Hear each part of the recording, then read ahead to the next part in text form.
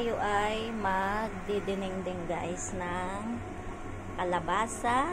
Ayan, tsaka may okra, tsaka yung talong natin guys. So, ayan guys, nagpakulo na ko ng tubig.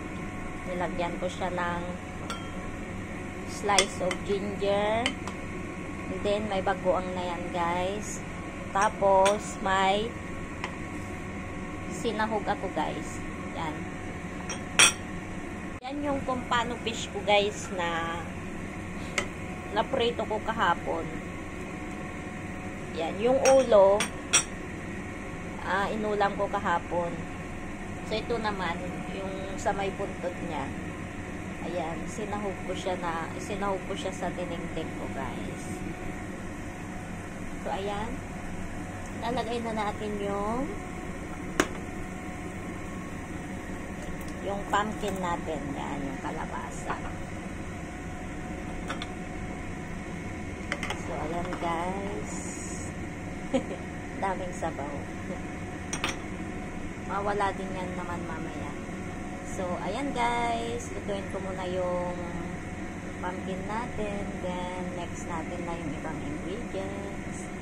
So, maglalagay na din tayo ng magic sarap. So, ayan. Ang nagpapamagic na sarap sa ating ulam. Ayan, guys. Puro tayo dinengdeng ngayon kasi may bagong tayo eh. So, ayan, guys. Maya na lang. Ayan, guys. Okay na yung ating pumpkin. Medyo maano na siya. Malambot na. So, lalagay na natin yung talong at saka okra.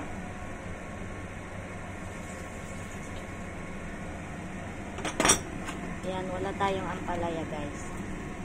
Yan, yung talong.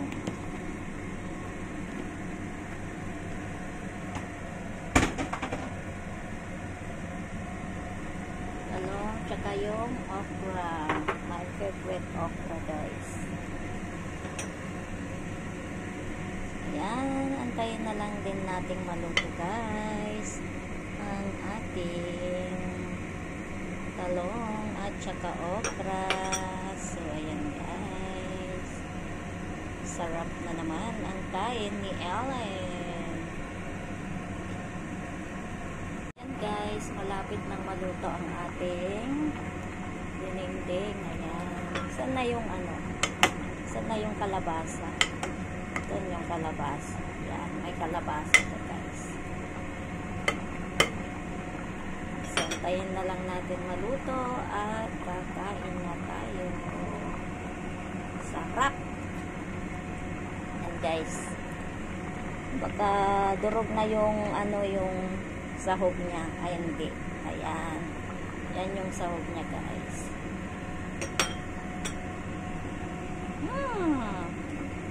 Smells so good. Sarap. Ayan, nagugutom na tuloy ako kasi 1:30 na Hong Kong time guys. So, ayan. Ito na yung ating dinengdeng. Ayan. Okay na siya guys. Luto na siya. At ako'y kakain na. Check time. 2 o'clock. 2:19 na guys ng hapon. Oh my gosh. Dito kasi yung mga bata. Wala silang pasok. So, ayan. Busy ako guys. So, ayan guys. Enjoy watching. Thank you. And God bless everyone. Bye.